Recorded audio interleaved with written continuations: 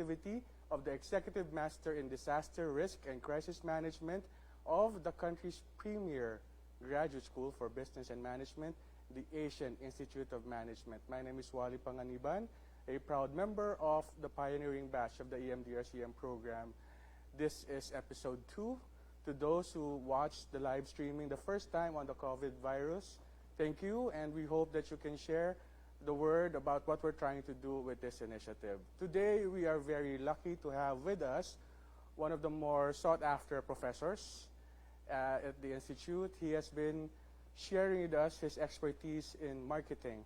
And to usher us into the discussion about disaster resilience and what it means for the other stakeholders in the community, please welcome Professor Richard Cruz. Thank you, Wally. So before we go into the topic, maybe a quick background on what you do, your expertise. Okay, so I'm a professor at AIM. I've been here since '97, so this is my 23rd year. I would say maybe for the first 20 years, my career has been spent mostly on the business side of the school, in finance, marketing, business model innovation, design thinking. But recently, I would say perhaps coinciding with the SDGs, my role has migrated more into the development school. So I'm currently also actively involved with the ZSDM development school and both programs, Masters in Development Management and of course the Executive Management in Disaster Risk and Crisis Management. Do you feel it's weird that you are being pulled into that space in disaster risk and development management? Is there a space really for what you do? I mean, obviously,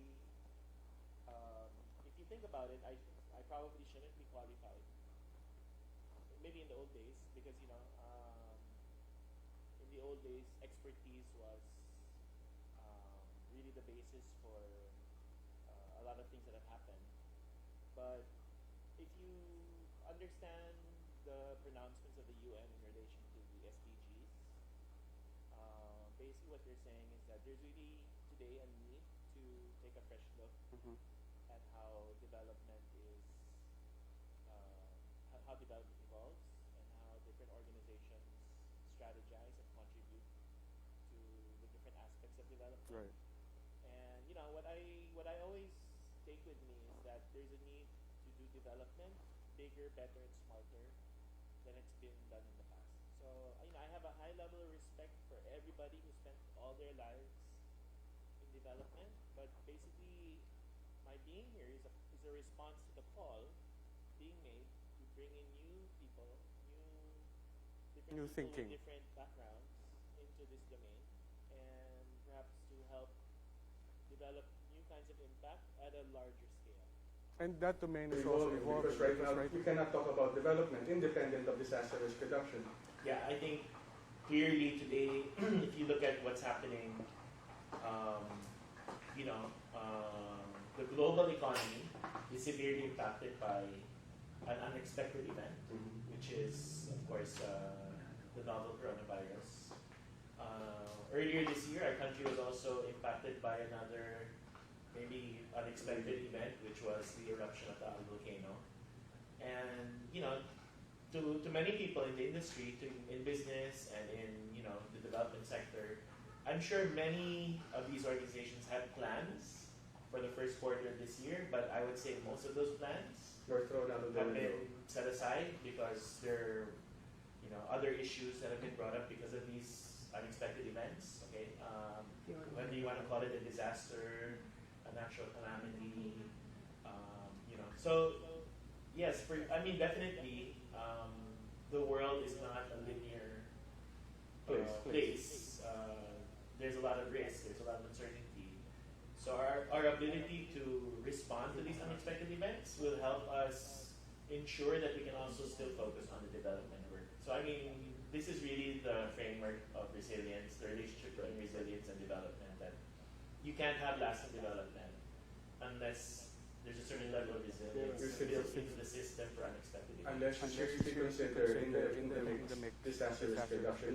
Now, you've raised this point about the disasters we've encountered recently with Taal and then this now COVID-19. We'll try to take a step back from talking about COVID-19 at length, but focus on the bigger picture about driving disaster resilience. So, what I was going to start with was this realization with the virus and with Taal that we're really living in a volatile, uncertain, complex, and ambiguous world, and it's now more pronounced than it has been before. I think when I first started listening to people talk about disaster resilience, I guess the notion was that resilience is something that can be executed in a 5-year plan. Like if you build these pieces of infrastructure, or if you do this number of training in the community, or if you provide this type of equipment, then there's a certain level of resilience that can be built into any community. And I think that's partially true, especially for events that are quite predictable. So, for example, in the case of, let's say, typhoons, I would They say happen every year. So they happen every year. So I think there's a certain kind of commonality into the approach as to like how to manage the response to typhoons. Okay.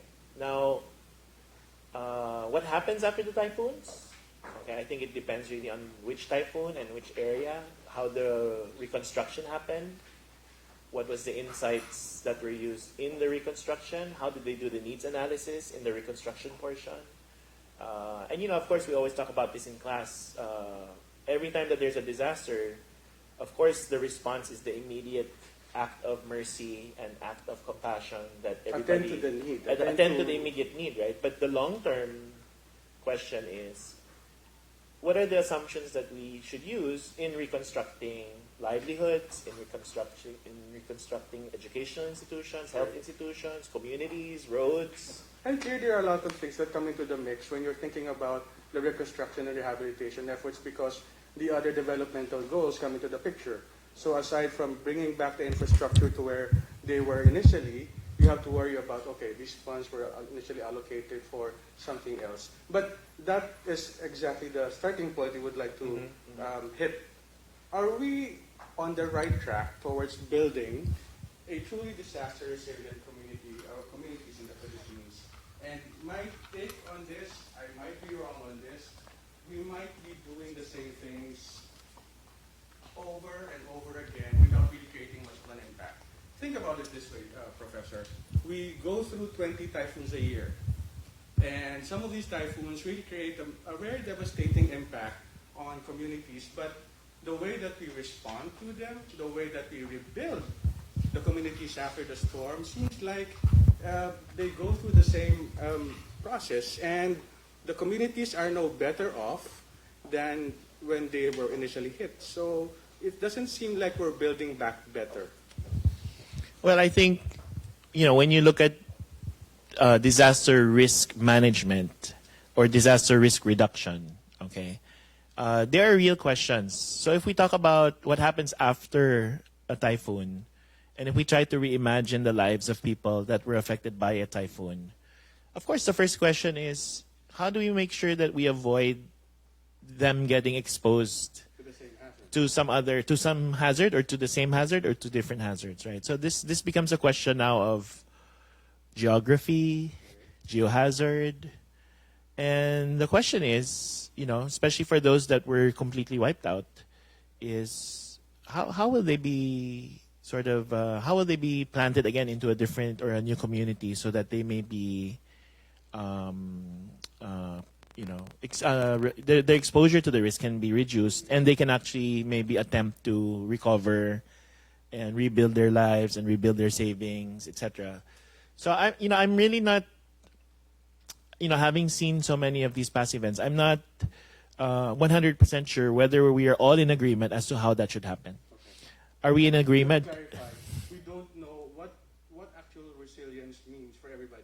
I think, when we try to envision what people's lives should be after a disaster, I don't know whether we all agree on what the moral or socially acceptable, ethical thing is. Because, for example, if a farmer wants to go back to the mountain because that's where his family was, basically they've been there for several generations. In spite of the fact that that mountain is prone to landslides and Yes, whatnot. yes, and they insist that they want to stay there, and technically that's within their right to decide that they should stay there. But does the state or does the community or the society have a right also or a say to tell that person that you cannot go back? And where does the line get drawn? I would assume that, like in the case of Taal, that the immediate island was already declared no man's land, so there's no rebuilding that can happen there. But if you look at everybody who lives around the crater or the lake, within the 14-kilometer radius, I think the question is, should they be able to rebuild? And I guess the consensus is yes, they should be able to rebuild. But then, they're again exposed to perhaps, we don't know exactly when it's going to happen again. We don't know if it's going to be a smaller or bigger event. We don't know if the risk is going to be higher. We don't know if they're actually rebuilding, taking into account that it's going to happen within the next few years. So, I guess the reality is we can rebuild any way we want to rebuild, or the communities can rebuild any way they want to rebuild. The question, though, is that how do they get influence to rebuild in a certain way or in a certain place, or to rebuild somewhere else? The thought process behind how to recover and the thought process behind what to construct and what to provide in terms of the rehabilitation. I think that's a kind of conversation that needs to happen, and I think maybe I think even the people leading that is also asking themselves, what should they do? what should they do? Because that's a very valid point. If they have lived there for all their lives, uprooting them, moving them to a safer place, sounds good for, I think, all intents and purposes. But for the people directly affected, that's going to be a big change. Yeah, and I think we live in a democracy, so people have rights. Those properties are titled. They have legal rights to those properties. So on one hand, that's one consideration. Of course, the local governments have responsibility over those pieces of land, so they do also have an influence. They can pass ordinances. They can influence the way redevelopment happens. National government can provide incentives. They can provide direct investments in how the place can be rebuilt. So, if you're talking about trying to reimagine resiliency, and if we're asking ourselves, how is Taal going to, the whole Cavite, Batangas area around Taal volcano, how is that going to be more resilient in the future? The response is one thing. I would actually argue that the response, the service level of the response was quite good, because my mom is from Taal actually, and I know firsthand that regardless of where they were relocated after the eruption, they received relief goods, even if they weren't from the town that they relocated to. So if they relocated to San Juan here in Metro Manila, the San Juan DRRMO office gave the evacuees from Taal relief goods. So, in terms of the relief goods, no problem. But in terms of like how livelihoods will be rebuilt, how businesses will be rebuilt, how farms will be rebuilt, how the schools will resume classes, and all of these things, I'm both happy, I'm both optimistic and cautious at the same time. I'm optimistic because there's really a big opportunity to reimagine the way things are rebuilt there to really make life much better than it used to be. Unfortunately, the event happened, so the best case scenario really is to rebuild so that the quality of their lives can be better. But that's really the challenge now, no? Because they're up against time, meaning they have to get back on their feet as quick as possible because they don't have a lot of resources And to. the longer they prolong getting back to normal, more problems come in. More problems will come in, and more opportunities will be lost. So there's an urgency to rebuild quickly, but the issue is, do we have processes or mechanisms so that even in a quick rebuild, we're taking advantage of the opportunity to build back better. That's, I guess, one big question. The challenge of bringing them back on their feet versus bringing them back on their feet in the right and better and safer way. So normally you might assume that there could be like a transition phase where there could be like housing provided on a transition basis or livelihood provided on a transition basis, assuming that there is actually a plan to support them into something more permanent in the future. But I think the reality is that it's very difficult to assume that if somebody finances a transition today, that the funding for the next transition will still be around in the future, because we don't know. Some other event might Just like what happened. overtake another event, and the focus of many people, Are diverted organizations towards that is new diverted problem. because there are also real risks involved in the new event. So now, we started off with a volcano in one part of one of our islands. Now we're talking about a potential global pandemic, which has real impact on not just part of the economy, but the whole economy. So, it's really a challenge to maintain that level of focus in ensuring the continuity of the whole disaster management process all the way to reconstruction and rebuilding and building back better. It really requires government to provide the resources and maybe the institutional support to ensure that there's focus. Would you say that it's also required of government to start stepping up their game in terms of programming resilience in everything that they do? Because you mentioned this in class that disasters before tend to happen one after the other. Now they're becoming more frequent. The intensity is getting stronger, and what happened recently, they're happening simultaneous with the other disaster. So maybe that's a call to get governments like the Philippine government to up their game in terms of resilience. Yeah, I think, government is just one player, very big player, but they're one player. But the rest of the economy is really, there are many other actors inside the economy. So I'll just give you an example of what I would consider to be like a very urgent issue in relation to resilience. Okay, so because of the significant decrease in tourists into the Philippines, so I think the estimate today is like a 40% drop in February of tourist arrivals.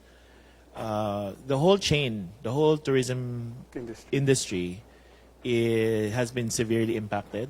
Okay, whether it's the transport, airline, land transport, sea transport, accommodation, food and beverage, entertainment, etc. I think everybody's feeling the sudden drop in business, right? So the question is really, when we talk about resiliency, is how do we minimize the impact to the system? Okay, so obviously there's a need to generate demand in the industry coming from different sources that could support these industries but are not traditional sources of tourism. So if that's the case, for example, tapping into new markets, whether it's increasing more of the domestic travel or tapping into new foreign markets, the question is how agile is the government in developing activities that actually persuade the markets to maybe take your vacation earlier or travel to more local destinations so that maybe the spend can be allocated just to help the industry and the companies and the employees in those companies wait through the effects of the outbreak. Because the issue really is we also don't know what's going to happen. Right. Meaning we don't know whether it's really going to come back to old levels. And maybe that's also part of the mindset that we should start looking into. We don't have a fix right now for this outbreak, and there's no playbook, right? Right. So the challenge really is people need to try. People need to try new things. Or would you recommend them shifting to an alternative? I don't know.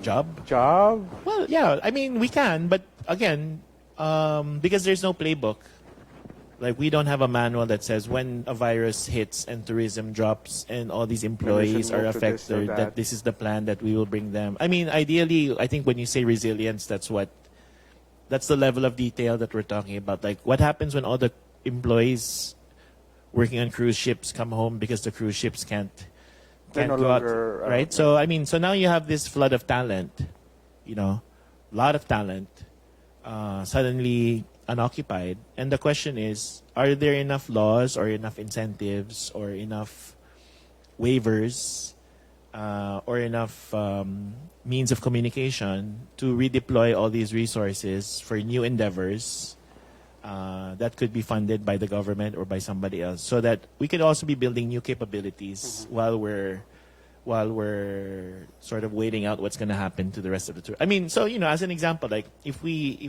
took the thousands of people who work in hotels and then redeployed them for another purpose, like building resiliency in communities, Okay. then yeah, sure, why not? But, you know, the ability to be that agile and the ability to have a service or a product that they can work on and then to scale it at a certain level, you know, that requires a level of coordination at a big scale so that it can happen fast. Maybe my next question, Prof, is when do you start thinking about these things?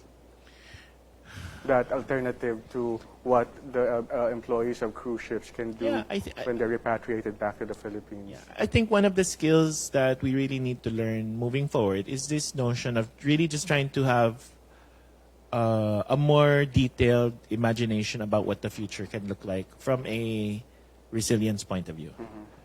So, you know, the reality is, you know, we should be imagining a future where the air is not breathable without any protection because maybe it's infected air or it's air with ash or air with... So, I mean, if you just look at the two events this year, they had both something to do with air. The ash fall And then and now this, you know, the possibility that the virus is airborne.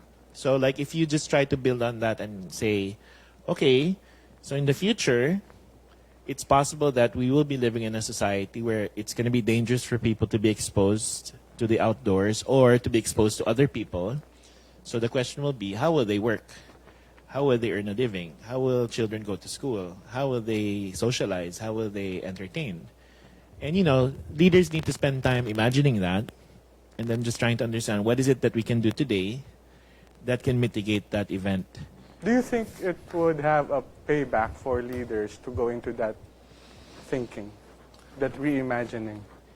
I think, you know, if you say payback for leaders, you know, if you're talking about whether the population will be appreciative, If I they think- get I think, re-elected of course- into office back after... yeah, I think, you know, I mean, think of it this way, right? I mean, this issue about creating the Department of disaster of resilience. Disaster Resilience. Okay. I mean, if the formation of the institution by itself was already something that people would appreciate on its own, then maybe it should have happened already in the past. But I think there's a real debate inside government whether That's why it's this taking is long really to- this is really the best thing to do. Is it really the most effective way to do it? Is it the most efficient way? So, you know, I mean, what I see is that there are people who might be focused on the short-term impact of a decision, and there are people in government who are still focused on the long-term efficiency and effectiveness of government capability.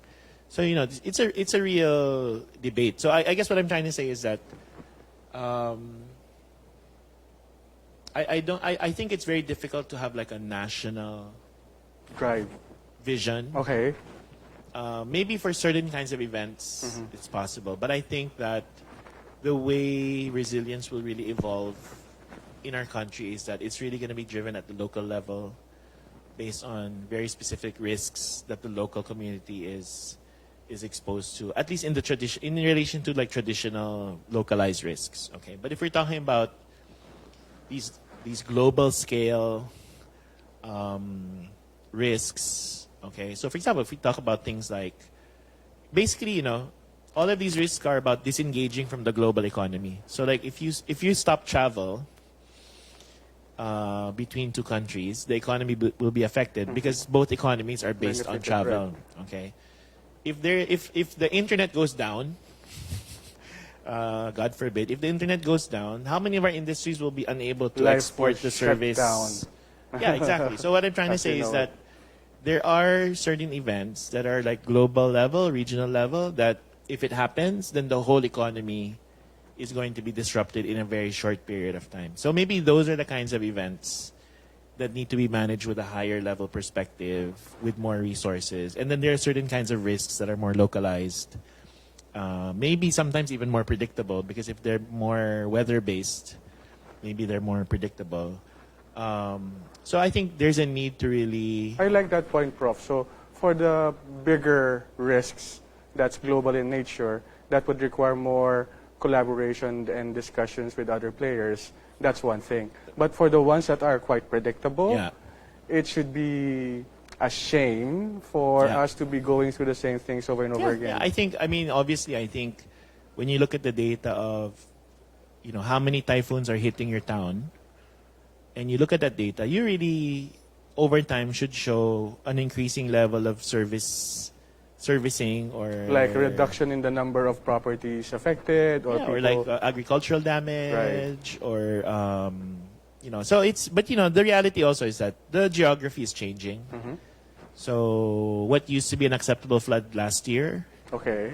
could be like a very low flood this year, because this year's flood I might be thought you much meant higher. what was acceptable last year. In terms of is- response, is no longer acceptable. But in Okay. terms of like the events are getting worse. The floods are getting higher, or the rains are maybe heavier, right? So, it's the world is basically exponential in that sense. I mean, it's not a linear progression of the strength of a typhoon that's happening. It's actually an exponential, because it's a complex system. So everything is exponential. So, I mean, and by the way, there are some parts of the Philippines where they consider themselves to be disaster free. Like Palawan. So like we just came back from Palawan, And that also, I think, in my estimation, creates a sense of complacency. They don't think about programming resilience into their everyday lives because we are not affected. We don't get enough typhoons. that's true if you only look at it from a local response point of view. But Okay. if you look at Palawan as part of the national resource that's available for a national level kind of response, then I think maybe in the future that could be the export of Palawan. The export of Palawan to the rest of the Philippines could be that our rescuers or our rescue capabilities will be made available to any of the other islands that get hit by some other disaster, simply because they Are safer. they are safer. So maybe to treat them as like a strategic investment from a national point of view, that they can be tapped to do rescue work in other places. I think that's, again, looking at the country at a portfolio level and knowing that sometimes one region will have to take the cudgels for another region when that region gets hit, and vice versa. So, all I'm just trying to say is that we have to look at the issue at different levels. Okay, and there's a different, for the same event, you can see the event differently from different levels, and there are different events that are relevant differently at different levels. I like what you said about one region taking over the cudgels when the rest are affected, because that can be a prototype of a resilience planning where Palawan, if it's not affected, gets to be the center for relief and recovery or whatnot. Yep, and I think when you look at what happened to Taal, I think because it's so close to Metro National Manila. Capital Region, that so many resources just flowed into the area relatively quickly. I can imagine like a place in Mindanao, where it wasn't very clear, aside from the national government, which other regions maybe could be of assistance. I think that happens more now on a ad hoc, who's available, who's leading that region type of basis, rather than there's some kind of orchestration or there's some kind of choreography in terms of who's going to assist who and who's going to help who. And that's saying we are not yet at that point where our efforts are in sync? Maybe because the conversation has been more about national government to the local government unit, and not maybe conversations like province to province or region to region. So I think that's the nature of hierarchical conversation. We talk to our superiors up, or we talk to our subordinates down. We don't listen to the We other don't voices. necessarily talk to other leaders across in a more organized way, which really reflects a more kind of network type of thinking to the hierarchy rather than hierarchy. The way resources are organized in government can be viewed as networked. Okay, but I guess maybe the audit rules and the assignments, like assigning personnel, etc. That might have to be reimagined so that maybe It becomes easier for people to go through. to move resources from one. I think that's where the policy innovation can also come in, right? That when it comes to the flexibility and the agility needed to respond to events, that there's a quick way to account for unusual or novel Events. allocation of resources. Right. That people are not going to be worried that several months from now they're going to be held accountable for maybe a decision that they made earlier. I think that's a big part of having the agility to be more resilient. That the control systems has to also allow for these new behaviors to happen and not just prevent them from. There's a lot of conversation and a lot of rethinking that has to happen. Now, okay, so part of that conversation is also with the people affected. We've spent a considerable amount of time talking about the leaders who go into disaster response and management, but what about the people? Do you think people are clamoring for a higher standard of resilience for communities, like those who have been affected by Ondoy or the other floods that happen in the metro? Are they asking the government that tough questions? Are you doing enough to make us less flood prone, or are there enough infrastructures being developed to make sure that we are safe if another Ondoy happens? Yeah, I would hazard to say my own opinion is that there are a lot of people whose level of awareness is not high, and I'm not just awareness that they have to be prepared. Okay. Is not high, and I'm not even talking about disaster. I'm talking about things we do every year, like Basic. Fire Awareness Month. Okay. I don't really know how many people, let's say in Metro Manila, actually do something About fire Fire Prevention Month. Okay, and I will also say that I'm also like that, and the reality is, when we talk about either government or other types of organizations, what they're doing now in relation to Fire Prevention Month from an awareness or from eliciting certain behaviors, I think needs to be revisited. Because I think there's really certain behaviors that we want people to do. Like number one, check the electrical system in your house. It should be very simple.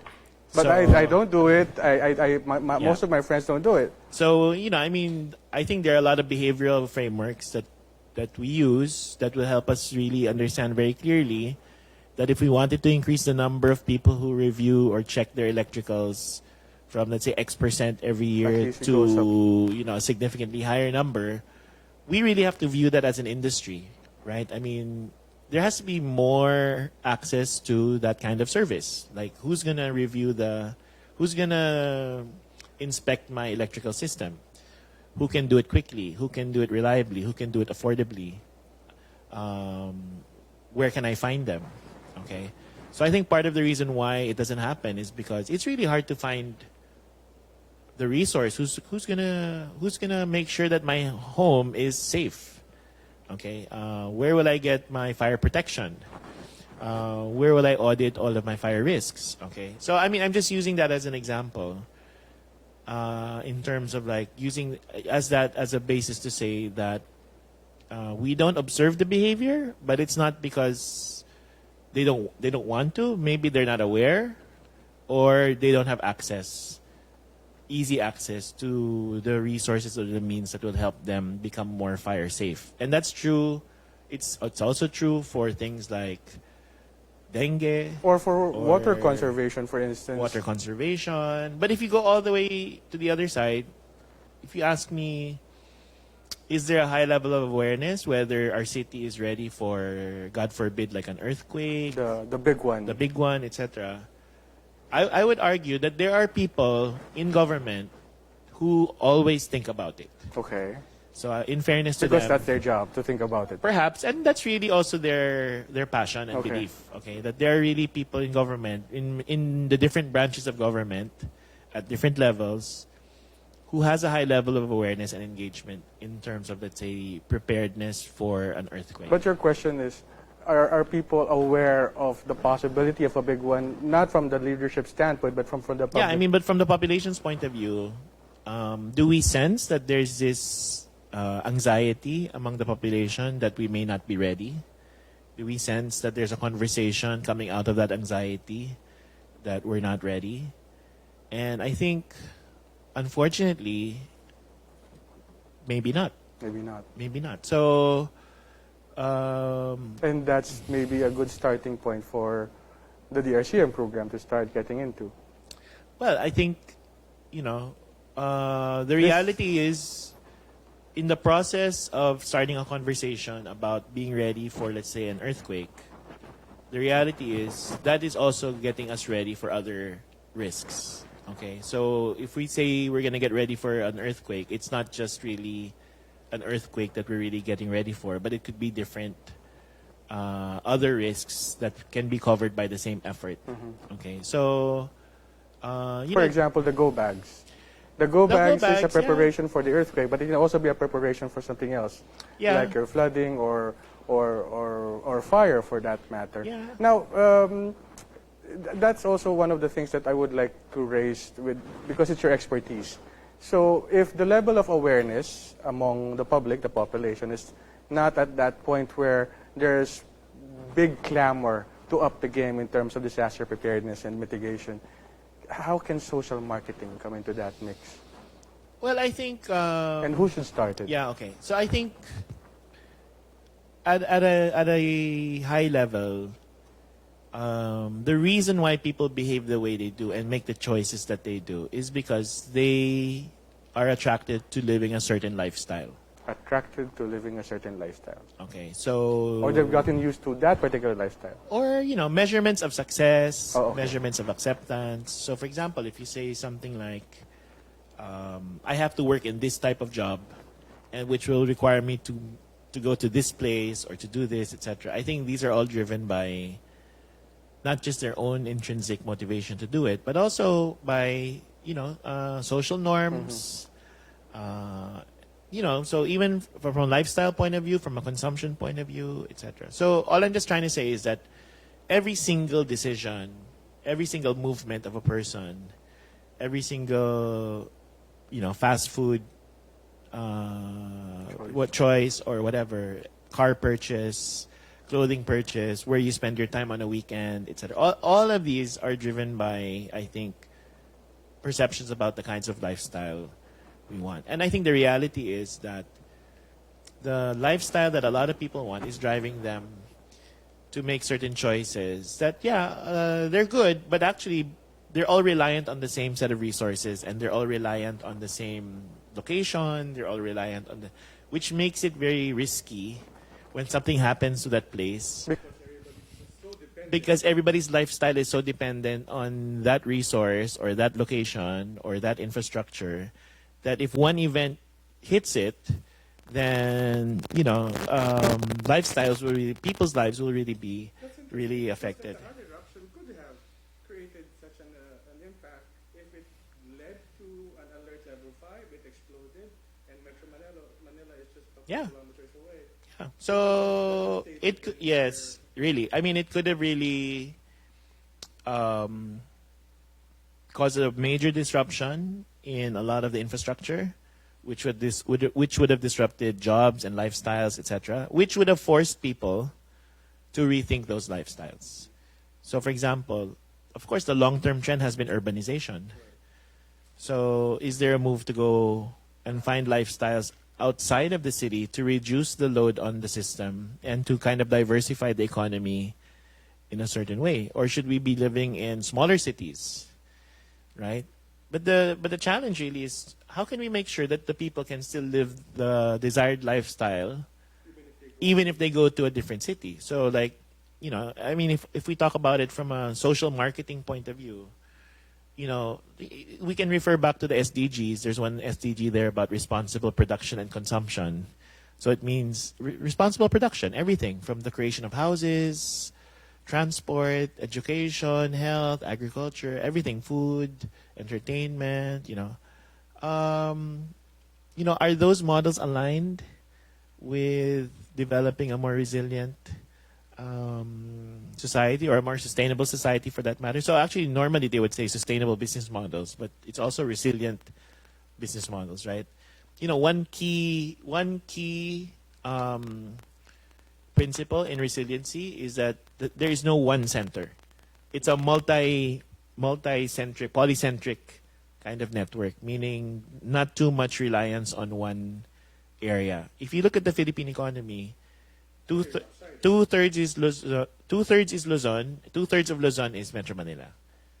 So it's very dependent on Metro Manila. So I would say from a social marketing point of view, if you wanted to look at the long run, you know, 10, 20, 30 years projection about sustainability and resiliency, and if you believe that polycentrism is needed to reduce the stress in the middle and then to build other alternative centers, so to speak, then, you know, I think from a social marketing point of view, we really have to shift beliefs in terms of like, what does it mean to be happy? What does it mean to be successful? I mean, it seems like a long shot to really get people to change their perspective on, for instance, moving out of the Metro Manila area. So I struggle because there've been efforts before. They tried to set up Clark as an alternative to the Metro. They've been developing the South, but it doesn't seem to be moving as fast as we. Well, we have to try to ask, right? I mean, if you tried to move them out because you were just trying to replicate what was in the city and then bring it there, then, and if people didn't move, then maybe that's not what they really wanted to move, right? So maybe what they really wanted was something else. So maybe it was like the education facilities, or maybe it was the social, Maybe the bars. or yeah. So I mean, all I'm just saying is, I think one way to look at social marketing is, you know, those traditional social marketing campaigns where we're using mass media to promote messages like, okay, don't smoke, or, you know, keep your backyard clean, avoid dengue, you know, vaccinate. I mean, I think that's the more traditional way of looking at social media. Mass media, government using mass media, very specific messages to get very specific behavioral changes. So I think that's one way to look at social marketing. But if I wanted to look at a broader, deeper, longer term view of social marketing, it's really about lifestyles. It's really about how do we raise the next generation of children? What should they value? Do they all have to work in the business district? In the model that the parents. Exactly, right. And you know, there's nothing wrong with that model. It's just that the model has limits. It has physical limits. There's nothing. I mean, I'm not judging the model to be wrong. I'm just saying that not everybody can have access to that kind of lifestyle. Are you saying that it's not the model that's wrong, but it's just a matter of looking at what other models are available? No, actually, I would say Metro Manila is a very successful place for it to have grown like this. So whatever hardships we have or whatever risks we have is a sign of its success. Right? So if there's a lot of traffic, it's because there's a lot of commerce. You know, there's a lot of people who can afford a car, who needs to travel.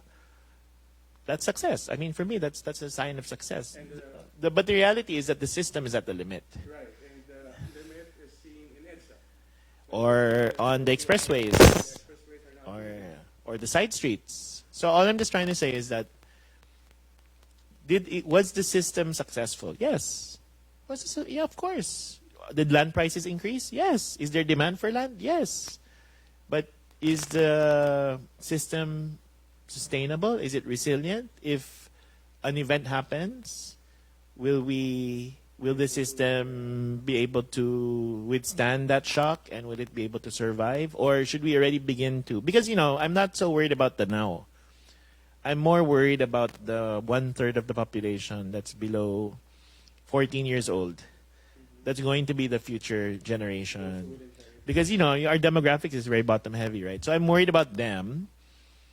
And is their collective aspiration going to be, I also want to work in the city and work in these same brands and in these same jobs, in these same buildings, etc. I mean, how much more physical load can this system carry? I mean, how many more cars can EDSA? how many more people can get on the train realistically, right? So I'm really looking at it not anymore just from a disaster point of view, but really a systems resiliency point of view, which could be exacerbated by a disaster, right? So, if a blackout happened in Metro Manila, right? I mean, that's already. I mean, how resilient are we against power outage or water shortage? I mean, last year you already saw that there was almost riots in some part of Metro Manila because of the lack of water. And it keeps on happening. Yes. I would like to touch on what you mentioned earlier, Prof, about the reason why people did not move out of the city or are hesitant to move out of the city is because what the government is enticing them with might not be what they want. Or maybe not the government, but whoever was enticing them, the private sector. So that's also part of trying to understand what drives people, what drives. Yeah. That's part of Yeah. what you teach in class. I think, the beauty of a city is that it really is meant to attract the best people. Okay, in any city. Because their efficiency is high. And their ability to create wealth and value is high in the city because everybody's near each other, there's efficiency, etc. So that's the beauty of being in a city, that that ability to create value is very high. I think, when you go outside of the city, there's also a lot of people who create a lot of value there. But if you wanted to attract more people, then there has to be more opportunities to create, to make services. And, so the underlying infrastructure for that creation, which is probably telco, internet, roads, air transport. I think, it goes back. Yeah, I mean, it kind of goes back into the whole infrastructure story. So the expansion of the expressways. I think the expansion of the North Expressways and the South Expressways, I think, is like one of the greatest drivers of growth for the next so many years, because these are already the faster growing regions than Metro Manila. Southern Luzon and Northern Luzon, Central Luzon is actually growing faster. So, but the population is also growing. So it's not like the city is becoming smaller. It's just that, the next generation is also occupying. So there's it's really I think what I would just say from this point of view is that everybody who's inside disaster risk management or resiliency, they really have to have some kind of exponential thinking. Because, this Can you clarify what you mean by exponential? this linear planning, this linear addition of personnel, or this linear increase in the budget, or this no, because the reality is the impact is multiplying in exponential terms because of the interconnectedness of the system and of individuals through technology, etc. So it's very hard for people, I think, to really imagine what the impact of a disaster could be. So I'll give an example. They're projecting X number of OFWs might have to be sent home because of what's happening coronavirus. So, it's not just those individuals that are being impacted. It's like them times, let's say, 5 or 6 people for each of their families, and then the amount of consumption they're doing in their home place, so the businesses around them. So you can argue that Ripple effect from one person to like X people, that's not linear. So every time you add another OFW affected, the impact is not growing in a linear. It could be really growing expansion. So what I'm trying to say is, the mitigation has to be big. it can't be small things that just that barely move the needle. I mean, we're talking about if we wanted to have a lot of slack in the system, then we really need to think about it in terms of exponential terms. There's also So an interesting term that keep on using in class, the ecosystem. Because when you say you don't look at it from the linear perspective, you look at everything else that's interconnected in that particular sector or component of, Yeah. of society. So Yeah. if you talk about the OFWs, talk about the families that they actually that There's rely a- on mm. them for everything. That's very interesting. Now, we I think are running close to our timetable. We have one last question for you. Okay. Professor. Why should social marketing and all of these things about design thinking, system thinking be part of, why is it in the DRCM curriculum for AIM? I think design thinking is critical because we just have to assume that the pressures on the system today are different from the pressures or the risks to the systems in the past. So how you would define what resilient mean 5 years ago and what resilience means today, I think it's already different. So you have to have a level of sensitivity to the change. And the only way to be sensitive to the change is to really look at the people and take a fresh look at the people and don't make assumptions about the people. I think one of the biggest maybe constraints in the past was that people in response treated everybody the same. But the reality is everybody who needs help, they're unique, they have different needs, they have different capabilities, etc. Okay, so there has to be more sensitivity moving forward, and there has to be a deeper understanding of what resiliency means. So in the past, it might just have been, do they have food in the 1, 2, or 3 nights after the typhoon? But moving forward, that definition might have to be a deeper definition. Like, what about their education? What about their livelihood? What about their savings and their assets, etc. So I don't think everybody's at that level of understanding. So design thinking is supposed to help people understand that. And again, I think social marketing is about, we need to educate people to make more sustainable choices and more resilient choices. So when they choose work, or when they choose a course that they want to study, or a place where they want to live, or where they want to, like, what community do they want to thrive in, I think they have to be more aware about the risks, and they have to be more aware about the impact of those choices on the environment, and so on and so forth. So I think it's a great opportunity, but at the same time we have to act fast, because again, the world is exponential. So, you think we have a problem now, I think 2-3 years from now the problem is even going to be much bigger. So we have to be more imaginative in terms of seeing the impact across the bigger system. And everything now is interconnected. So, there's really just a need to have this conversation over and over and over again, because you just need to educate as many people as possible. And, hopefully, to be honest, I think lifestyles will have to really change in a general sense. Yeah. Okay, so jumping off from that point, we need more people to start reimagining what it means to be resilient for our communities. And one way of doing that is trying to be part of cohort 2 for the Executive Master in Disaster Risk and Crisis Management. Now, before I let you go, Prof, there are some just announcements that you would like to share with those who are joining the live stream. There are master classes on building area resilience in the Calabarzon area. We talked about the hard-hit areas of the Taal eruption. This particular area was quite vulnerable during that time.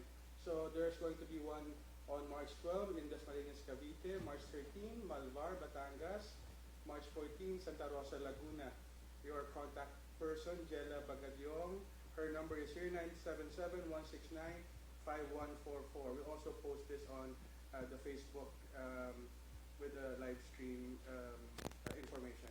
Women Leaders for Social Impact and Disaster Resilience, happening March 12 at the AIM Banquet Room, 1 to 5 in the afternoon. It's free,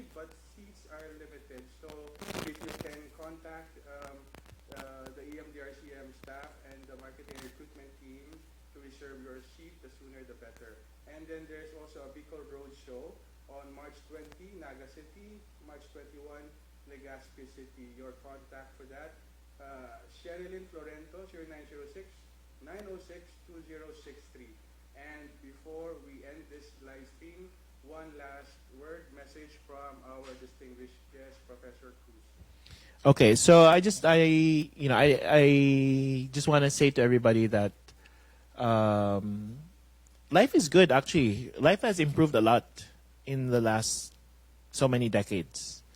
The challenge for us moving forward is to make sure that we can sustain it, and that development can reach more people.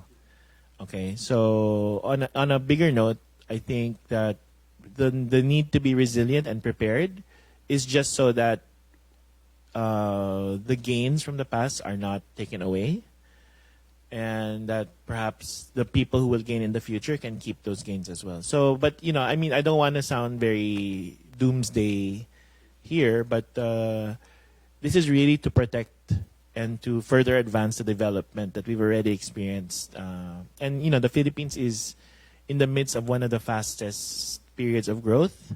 So I'm very optimistic, actually, and I think that people who decide to enter into development and resilience studies now has a great opportunity, not just to make communities resilient, but to build an industry and an economy around resiliency. Okay, so I think this is becoming more of a viable career, and this economy is becoming a larger and more relevant economy as we move forward. Okay, thank you so much. Thank you. And that has been EMDRCM Live. Catch us again next week. We'll send the details out soon. And keep on checking out EMDRCM events and programs from the marketing and recruitment team. Thank you.